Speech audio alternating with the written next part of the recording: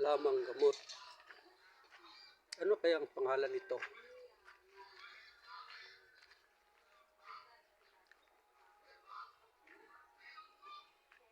Sabi nila mabisa mabisa raw itong panglunas ng mga sakit tulad ng high blood at iba pang sakit. Idol, paki-comment nga kung ano bang pangalan nito. Hindi ko alam eh.